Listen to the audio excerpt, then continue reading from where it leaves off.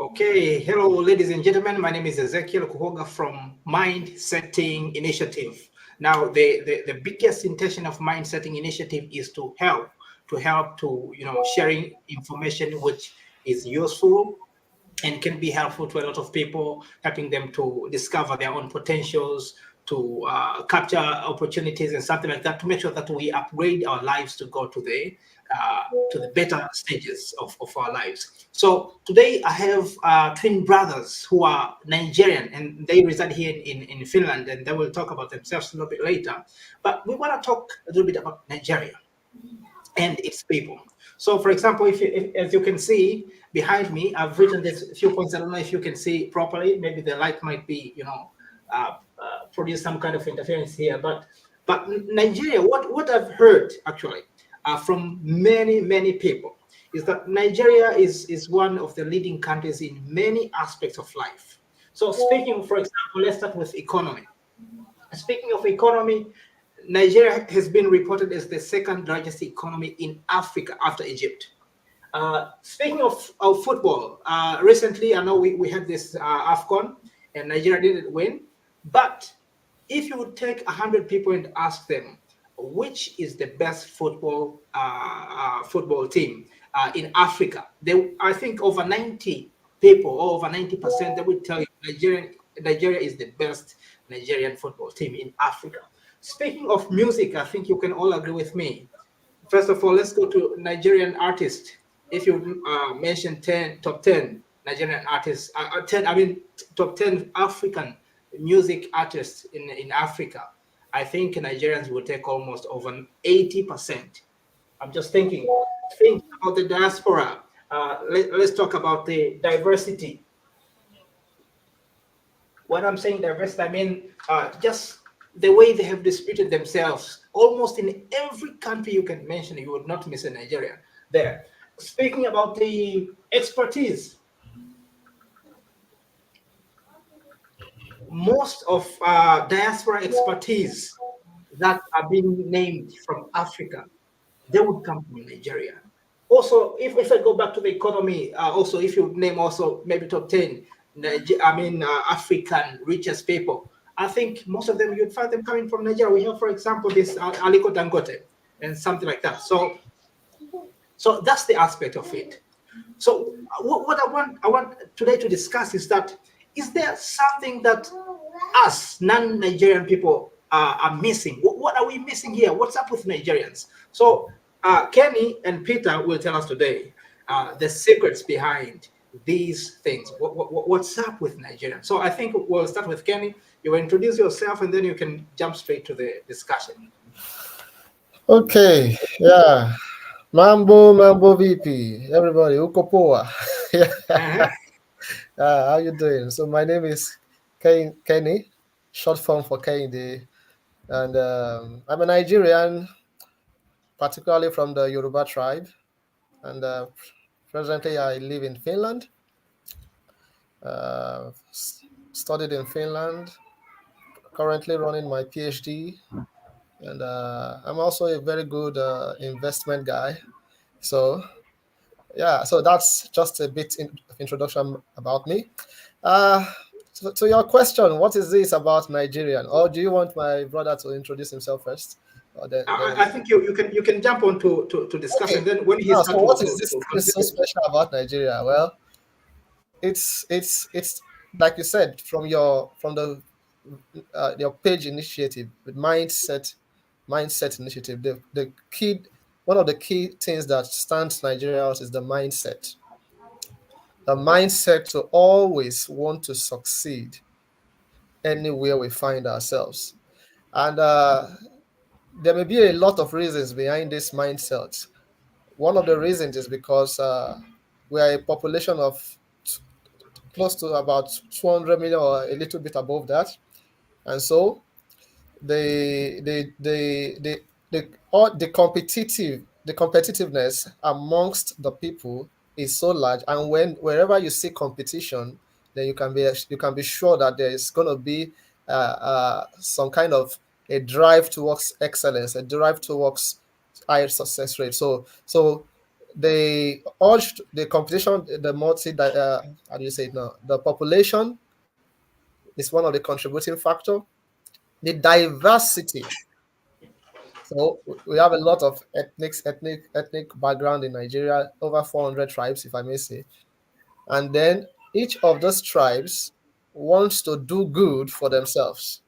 And so you find the Yoruba tribe say, "Oh, the Yoruba tribe are excelling in this field."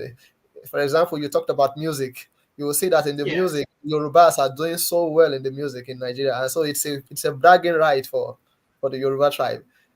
And then you go to the Igbo tribe, you talk about commerce. They are excelling so well above others, and so you talk about it's a bragging right for them. And you go to the northern tribe, the Hausa tribe, they are doing well in terms of politics and things and military. Like so, it's a bragging right. So everybody needs a bragging right, and so it drives this urge for success, this mindset, and then the Mm, assertiveness is also there. Nigerians are very assertive anywhere we find ourselves. So I don't know whether that's nature, or but perhaps that's a mix of nature and a mix of also the environmental factor. So I think the key point is that we have a very success mindset that is influenced by a lot of things, which I've mentioned two out of them. So start with that. Then probably in the later in the discussion we bring out some more things. Yeah. yes. Yes, Peter, please. Yeah, thank you, Mambo. Mambo Ukoko. Boa. You're good. Yeah, I'm Peter for easy pronunciation. And well, yeah, I think Kenny have said uh, most of the things about Nigeria. Yeah, I'm living in Finland. I have wife, kids, and I'm a business guy as usual. And so, anywhere you see the money, you will see Nigeria there. And they used to say that in Nigeria we have this proverb that money resides in the dirtiest place. So if you Yeah. want to look for money, you have to go there. So that's why you will see Nigeria everywhere. Where you So it's think like there is no, you can smell money, you can smell yeah, you can opportunities. smell it. Where you think that there is no money, we can find the money there. So we have this very inquisitive, we are goal getter, always wanting to be successful, whether in the positive or in the negative side, wanting to be successful, and name it, education, music, like you have said, we are always there. So it's just a thing about Nigeria, and we are so loud about it. So that's why you will always see us in your faces. Well, I remember, I don't remember you the introducing yourself. AFCON. Did you already introduce yourself, Peter? Yeah, Yes, yeah, I I did. did. I did. Uh-huh. Okay, I please did a continue. light introduction. Uh-huh. All right, all right. So so my question here now would be having this kind of mindset, seeking opportunities and something like that. Is this something that you are being schooled maybe by your elders, or is this kind of intrinsic in your blood, like you can feel it from your bloodstream, something like that? Yeah, yeah. It's a combination of both. Uh, it's number one, you are schooled. Number two, the environmental factors also. So I give you an example of why I say we are schooled. So for example, Mhm. in the Igbo tribe, there is this technology. I'll call it Yeah. technology because it's Mhm. has been studied even in universities that uh, a master intentionally takes an apprentice. Mhm. Then the apprentice works for him for like 7 years. It's just seven, no salary. It's just it takes care of every of his food, accommodations, and things like that. After 7 years, the master is obligated to set the apprentice up. Mm. So So in the process of that 7 years, the apprentice learns the nitty-gritty about the business of the master. And when he Yes. finishes, the master sets him up. Then he goes to another place, sets up his own business, and continues that system. He in turn goes back home, finds another apprentice who is not doing well, nurtures that person for 7 years, and the system continues like that. So it's a schooling system that has been established, particularly in the Igbo tribe. And then when I talked about environmental factor, like I said earlier, the desire for success is influenced by the number of population that we have, and unfortunately, the government policies are not doing well. Even though Nigerians are known for success, the government policies are not really helping. So the individual is now pressed to make a way and carve a way out for himself, and that's why you see that ingenuity, that innate desire, innate abilities coming out, fueled by that environmental conditions and things like that. Yeah. I say, Peter, what do you have to say about it? Yeah, it's correct. It's and some also are just innate. Like some people are born to be uh born to be successful, you know, and even though they may be born in a kind of a poor setting, but because this thing is innate in them, you just find that they will excel even in that environment. Yeah. Even when everybody is seeing poverty, they are seeing riches, you know. Yeah. So it can be innate at times also. And for someone like us, we were not born into a silver spoon family. You know, is it silver spoon? Yes, yes. But we're not also that poor. But in our setting, we're able to take advantage of our settings and make most of the opportunities that we have around us, even as at that time. So for it's innate, learned, environmental, and governmental also. You know, Yeah. when you have been so badly led and you are in a situation where you have to be the one to fend for yourself, the survival mode sets in. And so virtually all Nigerians are operating in their survival mode. And that's the same mode they take to everywhere they are. So because they have already been used to the Hard survival pressed. mode, hard pressed.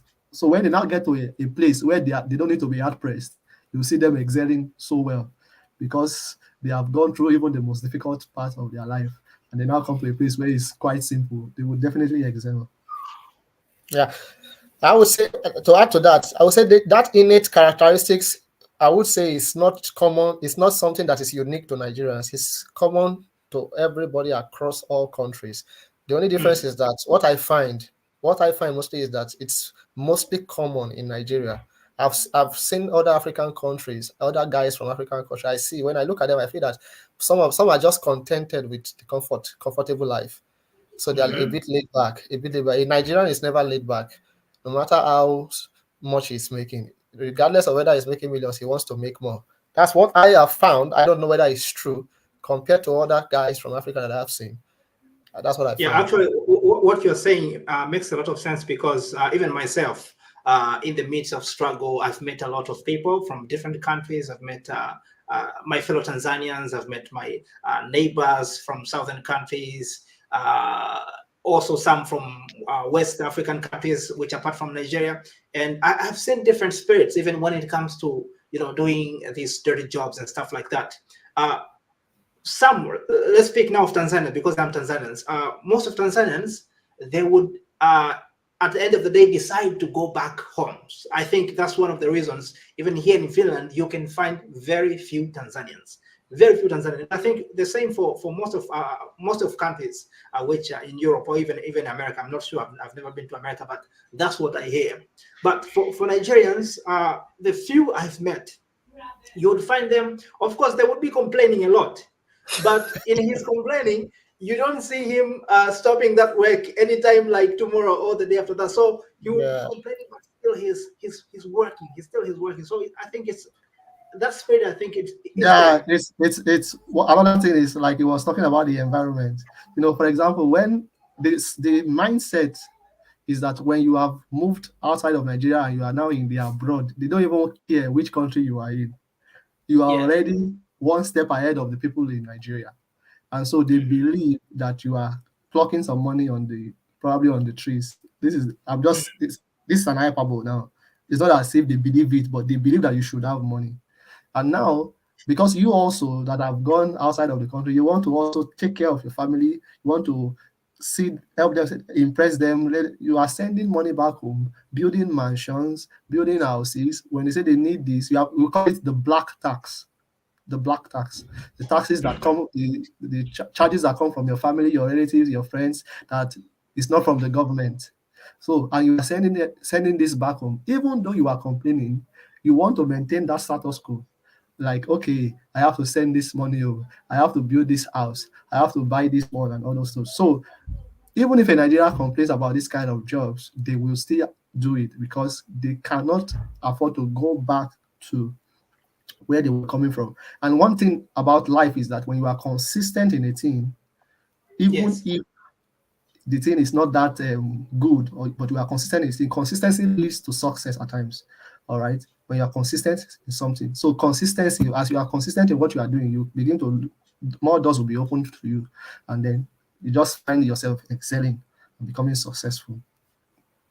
Yes, and I have one more question now, adding to that.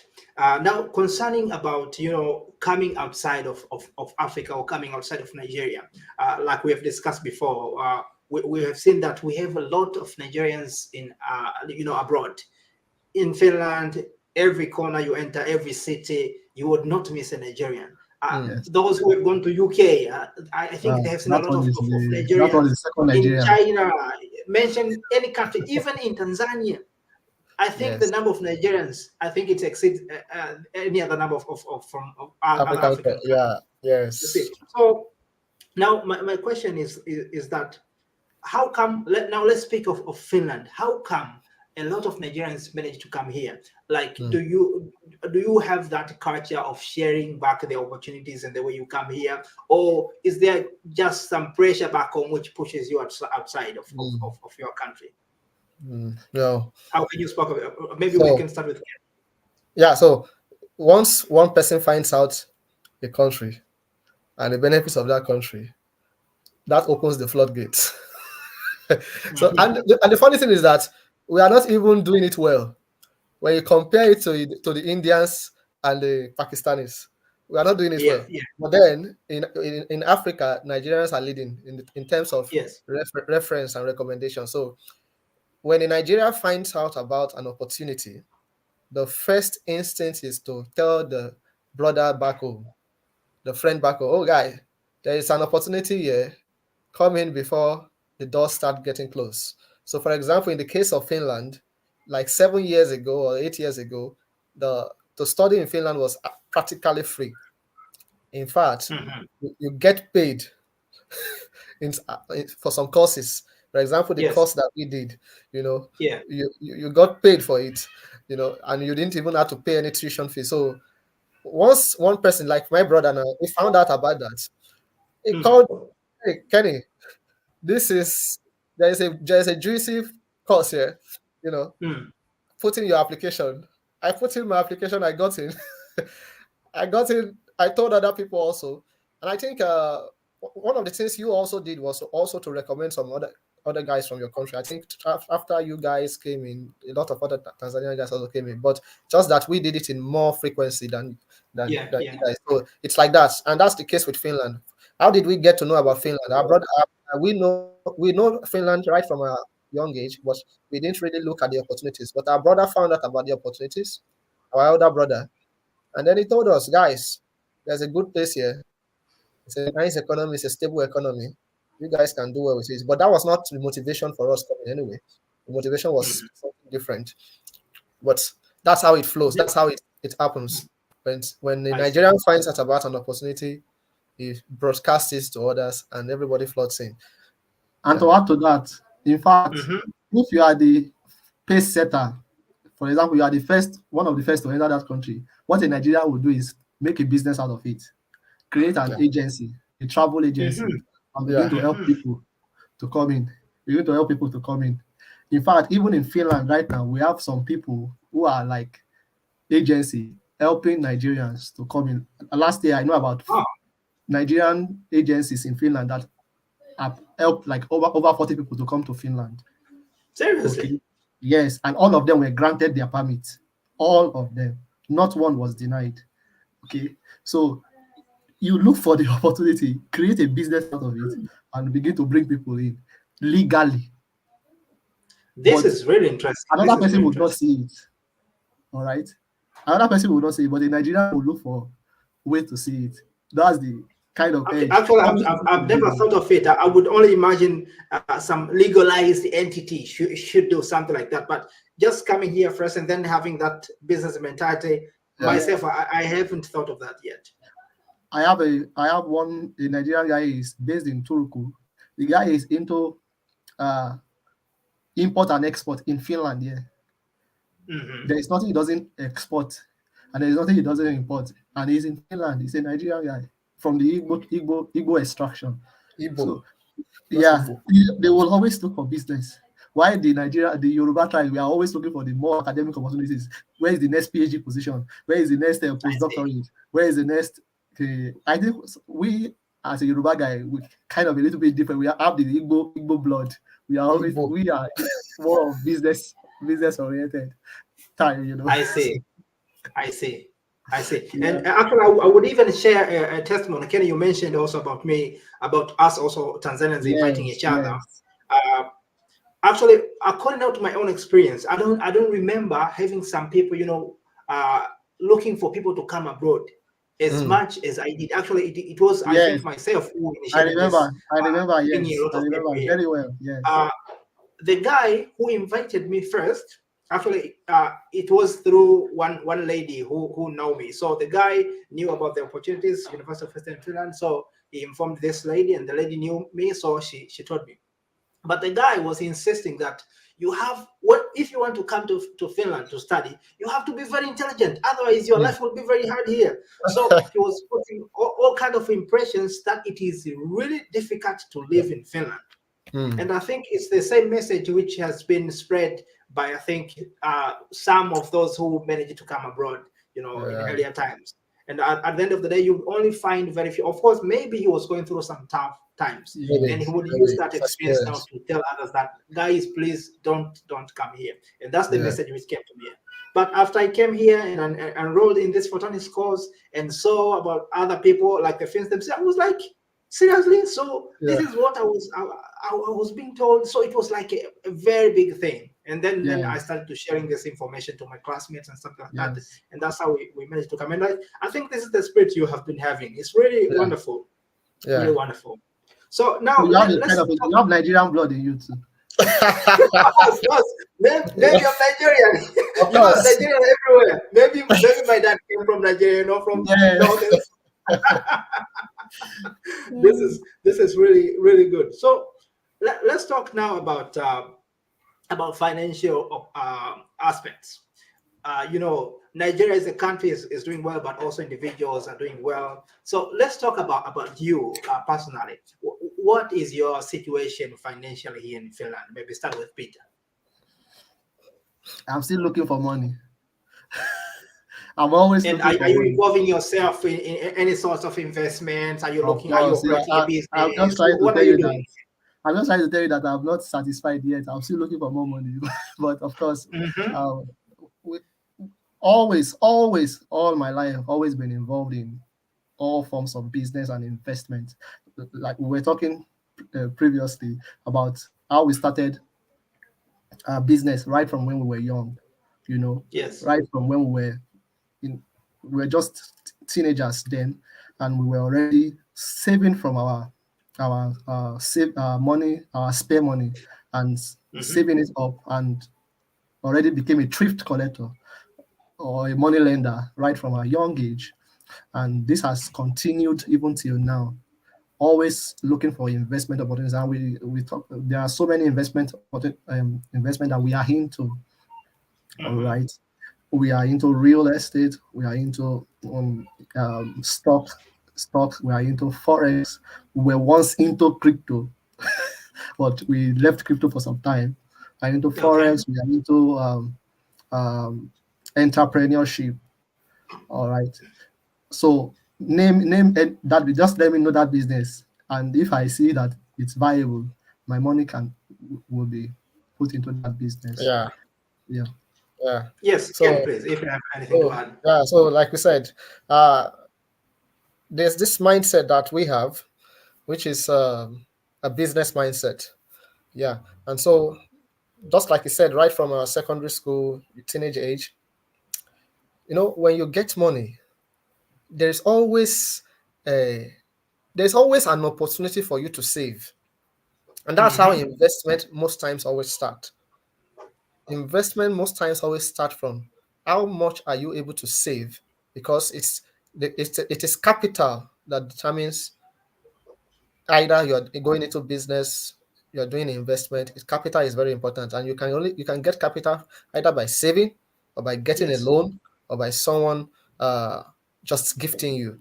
So what we have done right from our age is to teenage age is to be able to save, sacrificing a lot of our pleasures. What we could gain pleasure from using money, we deprive ourselves of that, and we save the money, and to the point that we started lending lending for interest. So we take interest, and then at some point, with the money we were able to get from that interest, we used it to also start a what you call a hire purchase business. Transport You Mm-hmm. business. transport business, yeah. You buy some motorcycle, and you give it out as hire purchase. This person pays it back in so amount of more time, and then it becomes his own.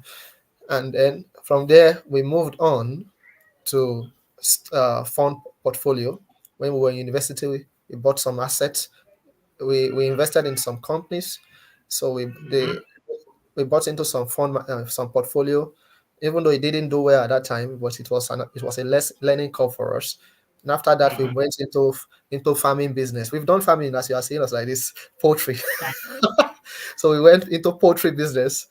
We did poultry for like 2 to 3 years, and after that, we started looking into uh, stocks, forex, properties. In fact, when we were still in Nigeria, we did invested in treasury bills also. Treasury bills. I don't know if you know what Mm-hmm. treasury bills are.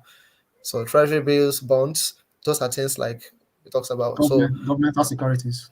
government securities, yeah. So we did that also, and presently now we are doing more of property management. We started Mm-hmm. we are into forex right now. We have a portfolio with one of our banks that is doing very well. Like you were Mm-hmm. sharing some of in your last podcast, where Yes. you were sharing about uh, your portfolio Mm-hmm. with your bank institution. The same thing we have also, and that portfolio is doing over 30% increase in 2 years, and that's you can't get that anywhere. It That's can only true. be, yeah, and the reason for that is because the stocks right now are going over the moon.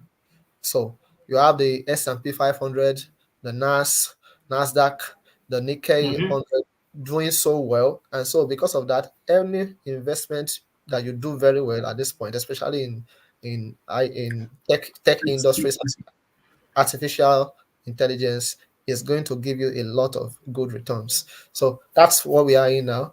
Yeah, So you have mentioned that you started these activities since your teenage years yeah, and in secondary school. So now I'm not sure if I should say this is African or this is maybe Tanzanian. I haven't been to any other African countries. yeah, Uh, it's not normal for young people, in the teenage years or even at 20s to start thinking about, involving themselves in business and in money stuff. Some people do, but at the common level, it's not that normal. What made you start this early, Yeah, Peter? I think it was just something that is something that we loved to do. Okay, for example, when we were in a secondary school, in Nigeria we call it secondary school. I don't know what it's called in Tanzania, but secondary school. We have the junior secondary school, we have the senior secondary school. So when we were in the junior secondary school, there was a time I was going through the senior department, and I saw them doing some physics and chemistry, and I said, never in my life I would go to a science class. I would rather go to commercial, because I think I will find my niche there. I love the way they were talking about money, doing accounts and all those stuff. So I already loved it. And one thing is that when I'm speaking for him now because I've known him enough to be able to speak for him. When we love something, we like to do the practical of it. We don't just want to do theory. We like the practical. It's only in science that I don't like practical. But in commercial, I like the practical because it involves money. It's real. You can see it coming and going out, coming and going out. So these were some kind of motivations. And then again, you look at your environment, you see that people like to eat, they like pleasure. Okay, you can offer them this pleasure. You don't really enjoy all those things, eating much, buying clothes, looking like I am not the type. Even if I have millionaire, this is the kind of clothes you will see me wearing. So why don't keep that money and use it to make money from these people that love pleasure?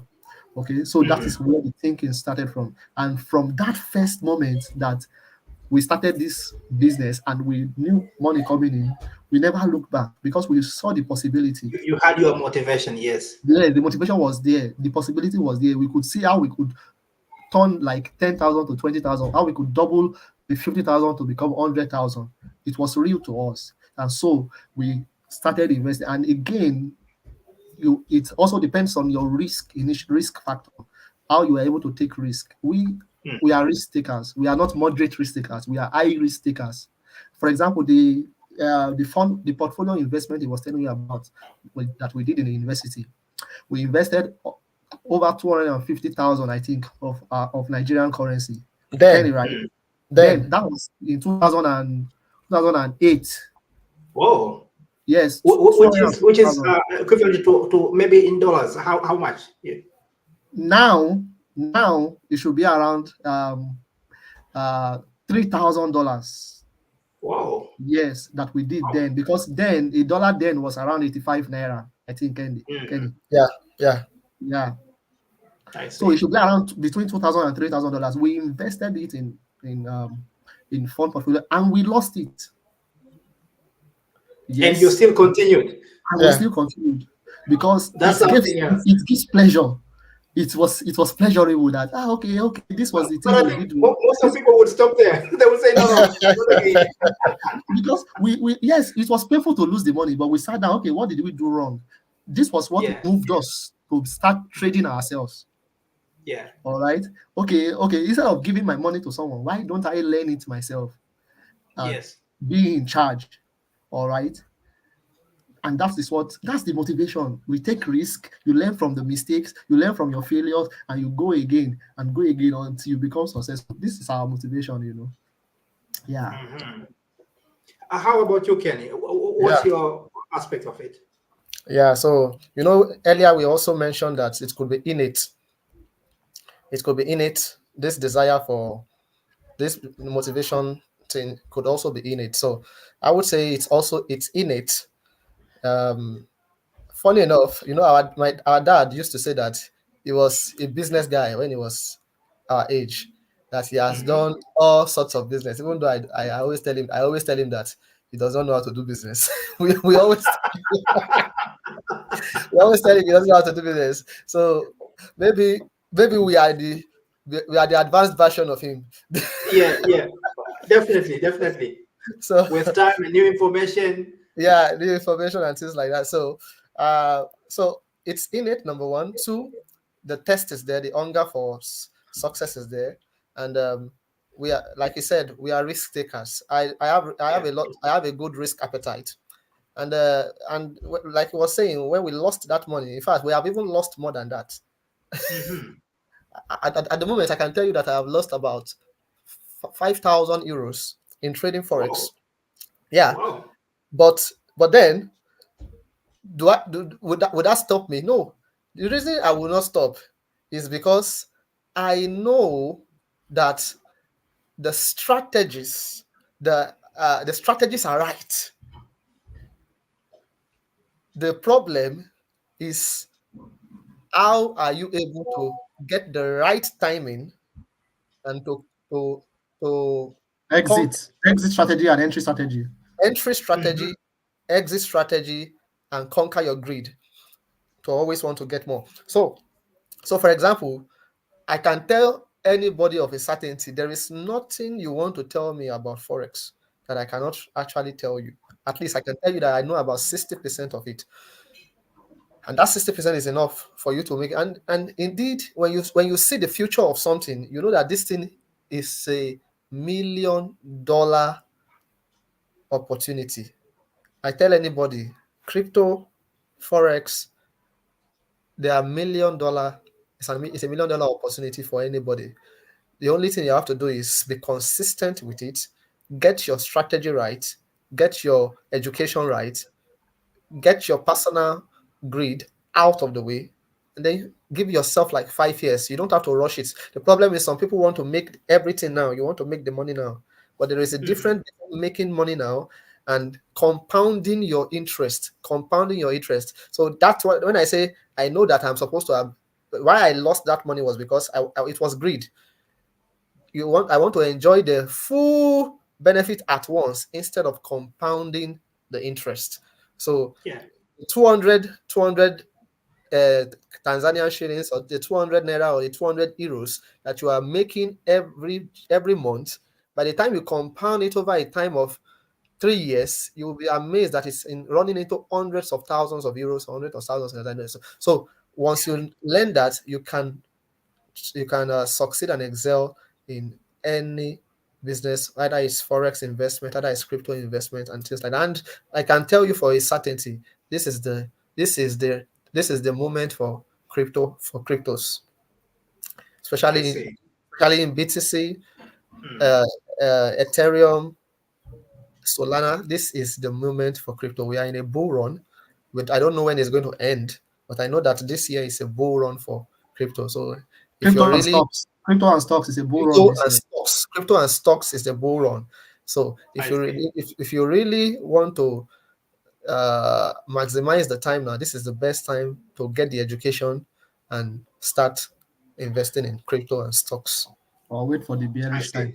So I would want you to also explain to me about the business opportunities that are very much good or suitable, especially for Africans in Europe. But before we get there, perhaps you could help us to discuss where are we doing wrong as Africans in maybe the European Americans? Because I see most of Africans, they would work in these dirty jobs for very long. Most of Mm. these jobs, they don't pay that good, but you find somebody working very long there.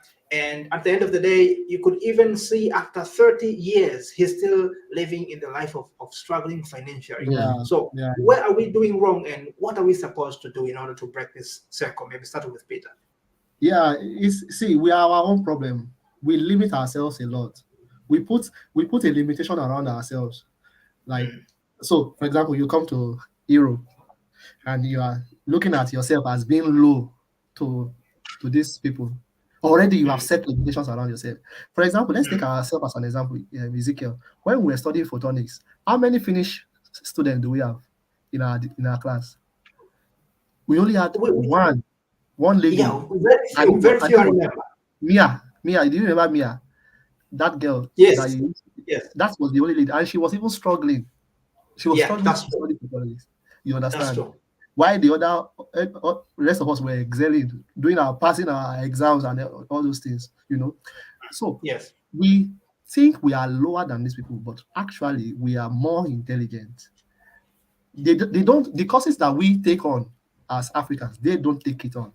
They would that's rather go to true. the social sciences because it's easy to go and begin to ask questions. How are you doing? To do a research, a survey. How are you doing? Are you feeling happy? Are you feeling sad? But you, as a science student, you have to go to the laboratory in 9 hours. You are looking at the X-ray. You are looking at the diffraction. You are looking for light in the ultrafire or in the region that is not visible to the eye.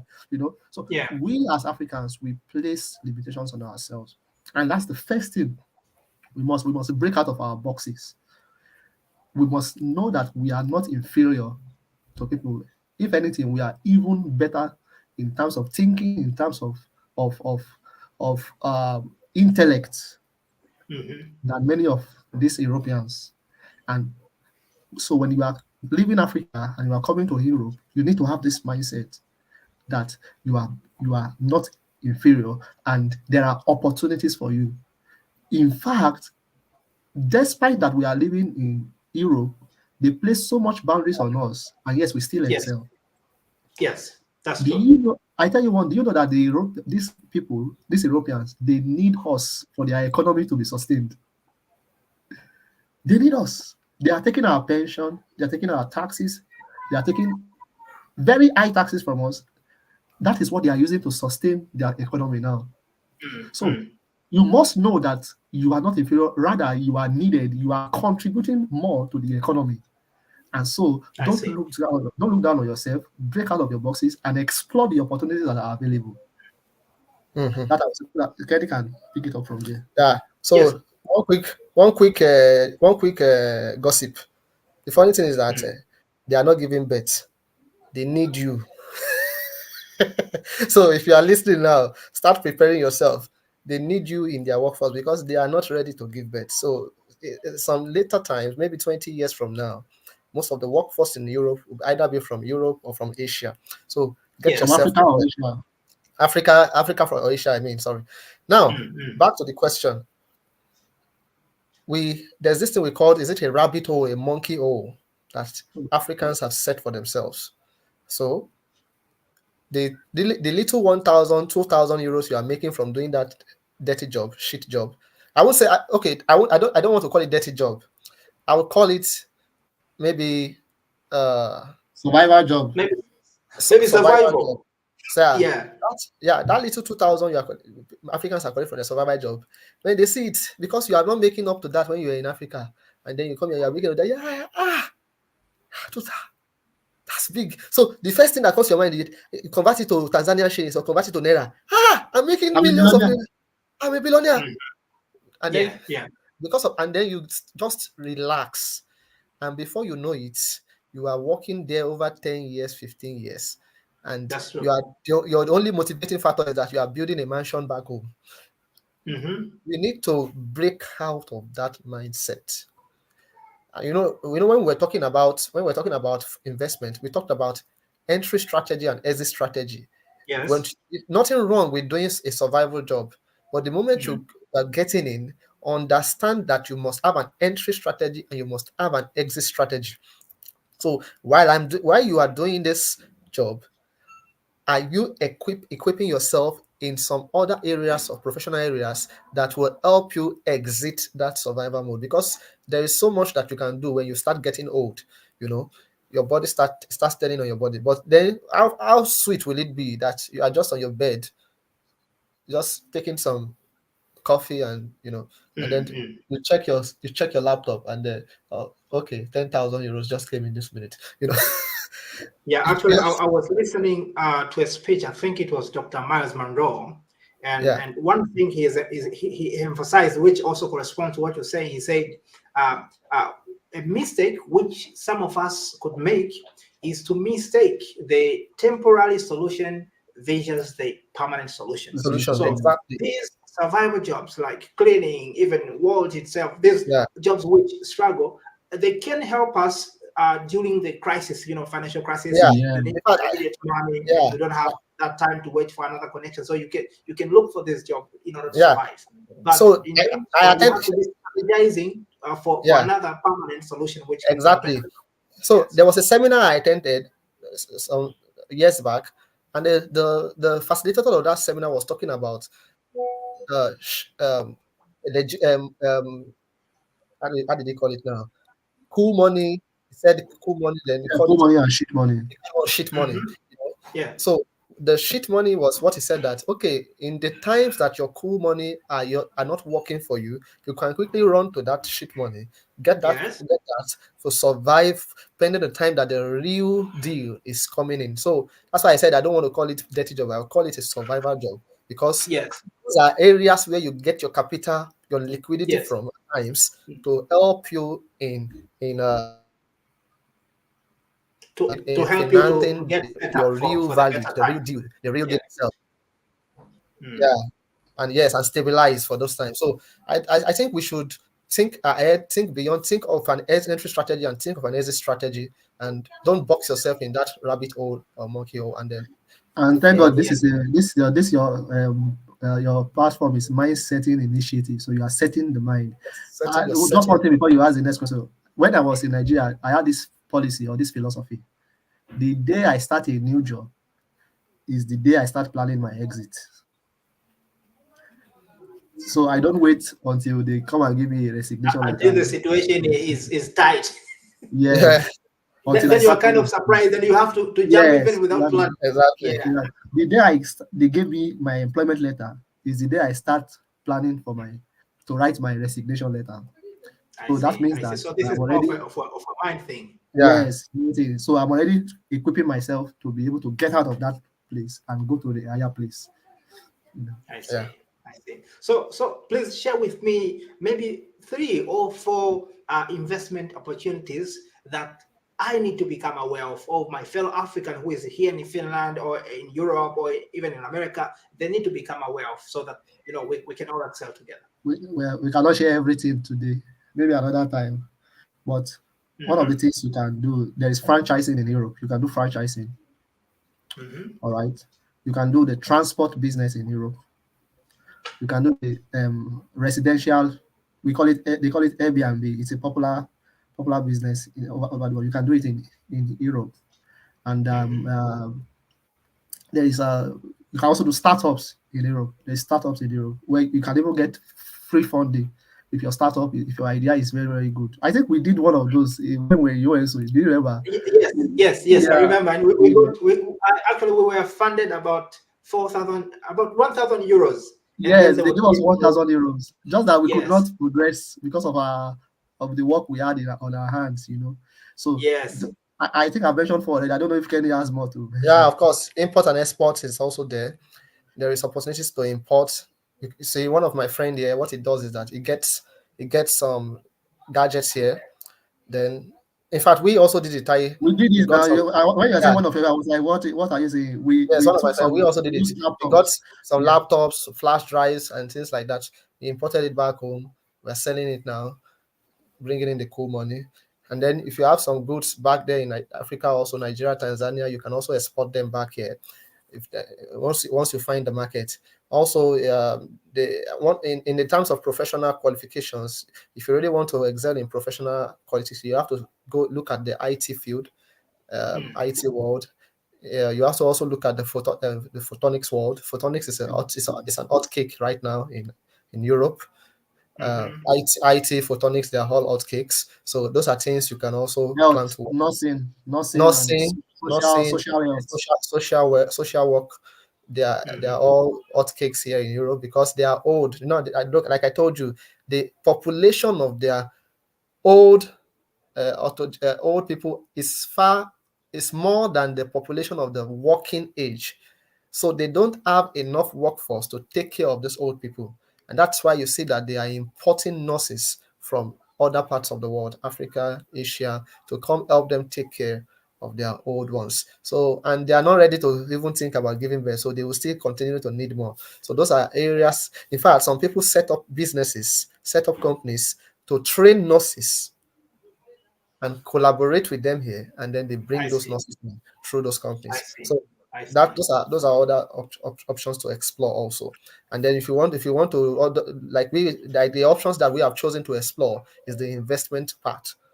The investment part, that's what we have chosen to explore here. So if you're also big on investment, you can start learning about crypto trading, forex trading.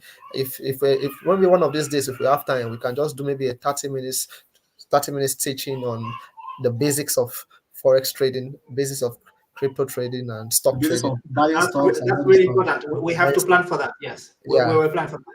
yeah. So yeah, Okay, so let's talk a little, very, very briefly on this fund portfolio investment. Yeah. Of course, I'm doing it as well, but I would want to hear from you for the sake of our listeners. If somebody now wants to start to get involved there, where can he start? And maybe if you could share some little benefits, very briefly, somebody can get. Maybe start So with Peter. life has been made easy. You don't need to stress yourself too much. Before you will have to go to this third middleman to help you have a fund portfolio. But today the banks themselves are doing it. Okay, Mm-hmm. so all you need to do is approach the bank. They have different fund portfolios. We are doing two. In fact, we are doing for our kids also. Okay, Mm-hmm. so Yes, yes, very interesting. my kid is like 6 years now. I started saving for him from 3 year old. Mm. My kid is richer than some people in Africa right now, and I see.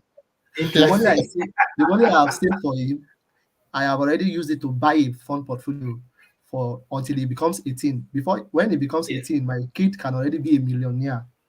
All right. Mm-hmm. So Yes. there are different fund portfolio. The one we are into right now is we are doing with Nordia. I think you're also doing with Nordia. Yes. But Yes. other banks also have.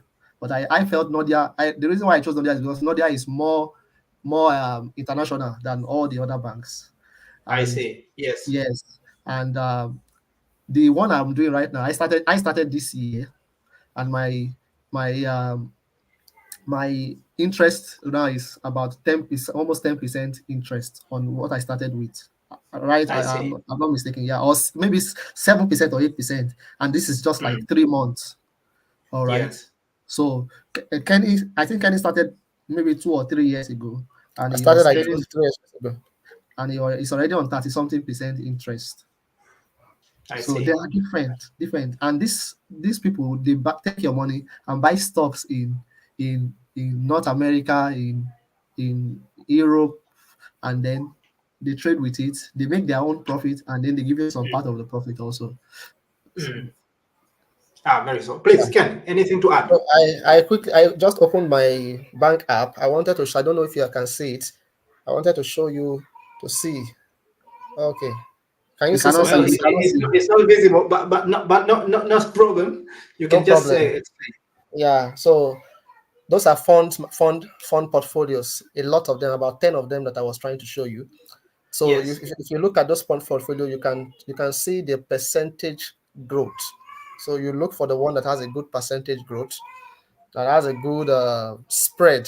You can also, if you go deep, you see the spread of the equities that are being bought.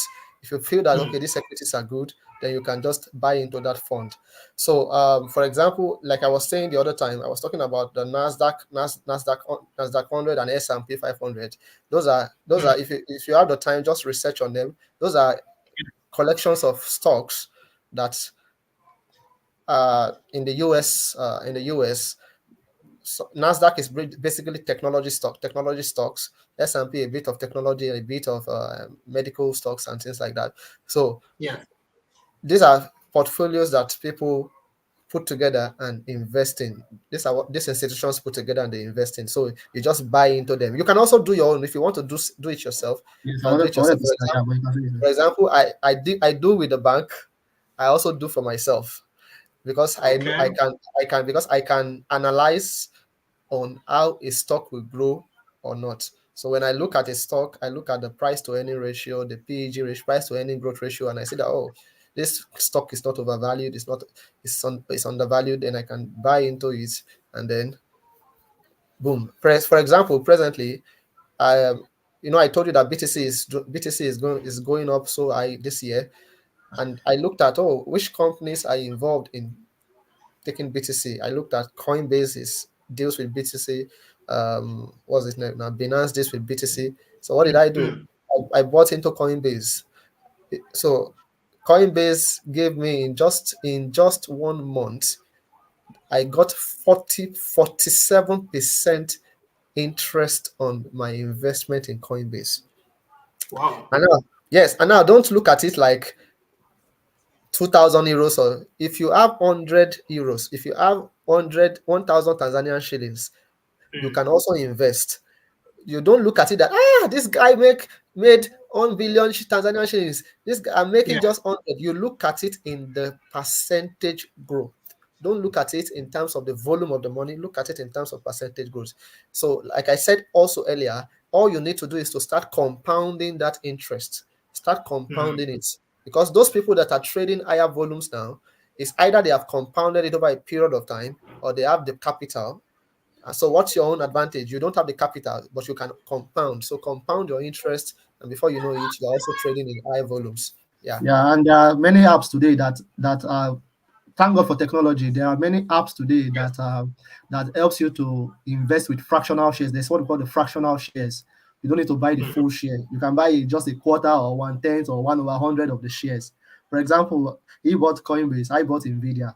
Nvidia is into semiconductors, and for anything called artificial intelligence, you need semiconductors. Right now, I'm making 44% of my investment. As at last 3 years, was it last 3 years or last 2 years? If you Last bought, 1 year. just wait, I'm coming. If you bought, I wanted to talk about Tesla. Yes. If you bought Tesla in last 3 years, Tesla did over 100% of its Double stocks, this. Yeah. double its stock price as at last 3 years. But right now, Tesla has gone down because it was overvalued. So you must know all this little information, knowledge before you put your money into any stock buying or investment. If you don't have this knowledge, it's better you just give it to a middleman. Go to the fund portfolio to do it for you. But if you have this knowledge, you can do it on your own and learn about all this, do your analysis, and then go for the next stocks to buy. And there are so many groups also that you can join, so many materials to read on the internet. Yeah. So avail yourself of all these opportunities that are there. Read wide. Don't just read on your field alone. Read wide. Learn. These are the things that. I give For you one example, website. just a minute before you give the website. For example, now, just last week or this week, Russia was attacked, right? Russia was attacked. Now, whatever happens in Russia has a lot to do with stocks, has a lot to do with euro, has a lot to do with the dollar. Now, because Russia has been attacked, what is going to happen? Euro is going to fall. All right, euro will definitely fall. What should you do? You pit against the euro. Okay, anything that involves euro, buy, sell. Is it sell or buy now? Go against it. You are sure to get good money. And also, not just that, Russia is involved in oil, and if they suspect that perhaps Ukraine has something to do with it, and they go to war with Ukraine, then you can expect that the price of gold is going to shoot up. So you see, reading the news, listening to all these political games going around helps your understanding of how to trade and how to buy stocks. So, for example, that's a lesson for another day. That's a lesson for another day. That's another lesson for another. Okay, we split another time. We talk. Yes. Okay. So maybe it's called fundamental analysis. So I'll give you that website. Anybody that's interested should go to investing.com. I don't know where to type it here. Maybe you can type it on there. Investing.com. Investing.com. I think I will put it maybe in the comments later. Yeah. Perhaps maybe wrapping it up so that we can start to prepare for our next session. Maybe you can comment very briefly, like putting your money in these investments involving having some surplus money after you have done your expenses. You see, but all we know is that most of the time the money we get from salaries is finished from 15th, 10th. It's already finished, and you have started borrowing some money, and at the end of the month you have to borrow some money. I mean, you have to pay your debts first and stuff like that. So, and this has been a life system for many people. How do you manage to get money to invest? I think this is one of the things I would really love to hear. How the two of you manage, so we can also learn. It's financial discipline. financial discipline. But again, financial discipline does not come, it comes from discipline in your whole life entirely. All right. You must always learn to deny yourself of your cravings. That's what we call cravings. But you must learn to deny yourself of them. You see, there is what we call needs and wants. Need is important, want is not important. I was telling you recently that even if I become a millionaire, I will still wear this kind of thing. I will never use my money to buy designer shirt, not because I cannot afford it, but I can put that money to good use. All right. Now, what did I do, or what did we do? When I found out that it was becoming difficult for me to save at some point in my life, what did I do? When I get my money, I will go to the ATM, withdraw the money, keep it as cash, where I cannot spend it. Yes. At the end of the year, I take all the money and go and put it back in a bank, in an account where I cannot withdraw. So you see this kind of stumbling block I put myself in so that I will not be able to use the money, or barriers that I put around myself to be able to save. So these are disciplines. These are things that you put in place to help you to be disciplined in terms of saving money. Otherwise, like Kenny was saying, money flies. When we were talking the last time, he said money flies. You have to be able to tame it the way you tame a bird and put it in a cage. Yeah, I see. Money Please, Kenny, money has wings. When he was talking about cravings, I just remember that there is one of our friends there that started a business on that word. He said, "Eat your cravings." So, not to spoil his business, don't eat your cravings. Deny yourself of your cravings if you want to save. If you want to have, this. We started from beginning about saving. In politics or governance, they call it capital formation. So if you really want to invest, you have to you have to form your capital. So forming your capital has to start with sacrificing some pleasures for yourself. I know some people. I know you, Ezekiel. You like designer stuff. You like to. Yeah. Well, I think you have pedaled down on it a little because now you are doing a good bit with investment. So you have to start denying yourself of those. Yeah. Yes. Yeah. So it's I think it's as simple as that. So when Ezekiel is talking from experience. Yes. Yeah.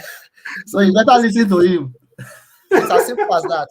Don't listen to you see us. We right from our age, we don't like fashionable things. But people that like fashionable things and can deny themselves of those fashionable things just to be able to save money to put it for investment, those are the masters, Yeah. So I think that's about it. And if you have a good family setup, family and friend system who can even gift you money, utilize them also. Utilize them. Yeah. I see. Well, I really love to thank you guys for the time. Perhaps maybe concluding this session, one statement. If you have anything you can advise Africans abroad, Africans at homes, in Nigeria, in Tanzania, everywhere, what would you advise them?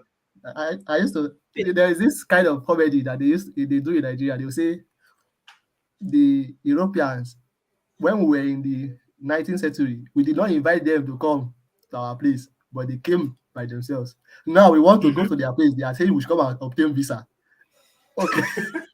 So the point is, see, as Africans, wherever there is opportunity, take hold of it.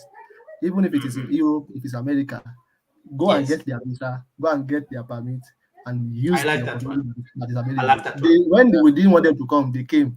Now we will come to their place. They were not limited by geography, and so we don't have to limit ourselves. Like only in Africa. Yeah. But the only advice is that please do things that are legal. Many people have gone ahead of us that have spoiled the name of Africa, that have spoiled the name of our continent. But you, as an individual, you must do well and put the African name in a very good light, so that you pave way for others that are coming ahead of you in the future. Yes. Yeah. So as a motivating factor, I like to use one of your own. I don't know the name of the guy that owned Nala. It's a Tanzanian guy. Yes. The guy is a genius. The guy was able to break into the Nigerian market, So if there is anything you want to take from this, use that guy as a motivating factor, as an encouragement, that regardless of wherever you are, regardless of the competition, so far you have a business acumen and you have an idea that is good, it will always what? It will always sell anywhere in the world. The world is a global home. Enjoy I it. see. Walk around your home, guys. I see. Well, thank you so much, guys, for the time. And I believe this marks the start of our episodes. I'm gonna be looking for you for more discussions. I see you have a lot of content that we need to share on this platform, and I would love to thank you all for who are following us now or who will be watching this video later. Please keep on following this page. You can subscribe if you have not yet subscribed. Yeah, subscribe, And like, follow, subscribe, like, follow, comment. Yes. Tell him what you want him to discuss, so that we can continue to help every one of us. Yeah. Yes. So thank you so much, guys, and I wish you a great time. See you next time. Asante. Asante.